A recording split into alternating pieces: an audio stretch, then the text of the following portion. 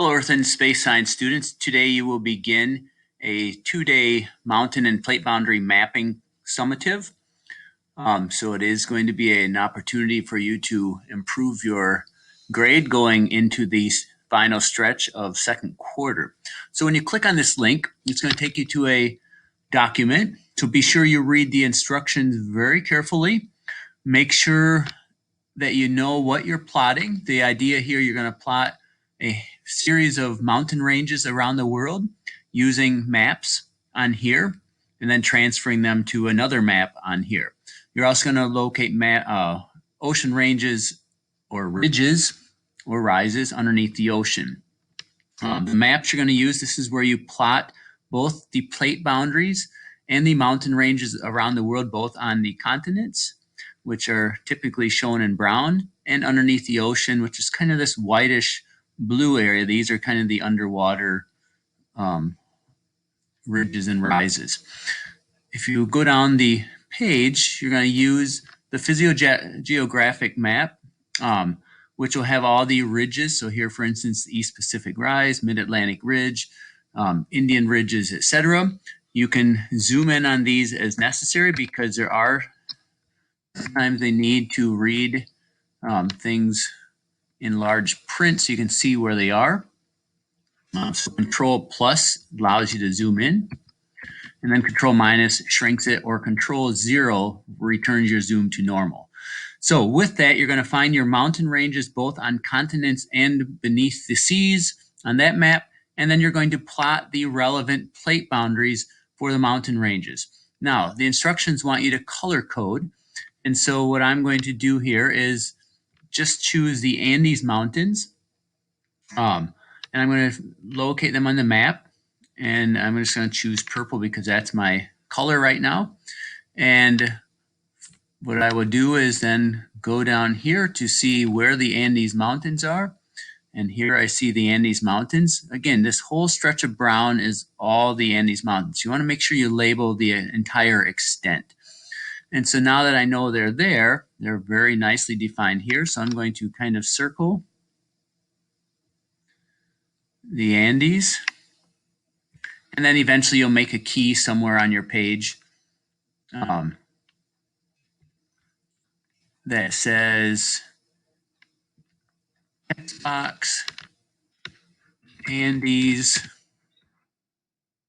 And then I'll go back and just kind of underline them in purple, or however you want to do them, circle them. That'll be your key.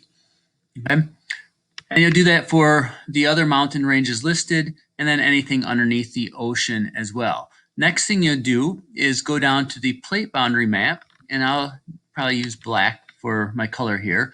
And you need to label the plates that are involved in each mountain range you plot. So I plotted the Andes Mountains, which I can see here, the Nazca Plate and the South American Plate are my plates I need to worry about. So I go back to my map, and I'm going to kind of roughly highlight the Nazca Plate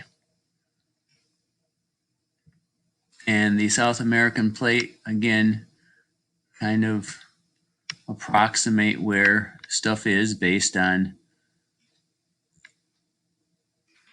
the maps on the page. So I'll double check. It looks like it connects to the Caribbean here. And these don't have to be perfect, but just kind of generally outlined. So if I'm finishing labeling the South American Plate, and again, the South American Plate is going to run right along here. So you're going to have some overlap of lines. Now, what I'll do next is choose a different color. So you want to choose your colors in advance. To label plate boundaries, maybe I'll use white. So you put a text box in here, change your font color to white. Maybe that's what it is. So let's see. Nope, it's in black. I'm going to actually increase the font size a little bit so we can see it nice and clearly. And then I'm going to go here and choose white for my text color. And then I'm going to go back here and I'm going to call this the South American Plate. I'll put another text box here. Nazca Plate. And you go ahead and do that for, I think, 3 major ocean ridges. The Indian one also has a couple subparts, and then like 5 or 6 land-based mountains as well. So again, make sure you go through this whole list here: Rocky, Appalachian, Atlas, Andes, Alps, Himalayan. So there's 6 of them, it looks like. And then underwater, there's Mid-Atlantic Ridge, East Pacific Valleys, and then 3 separate Indian Ocean ridges.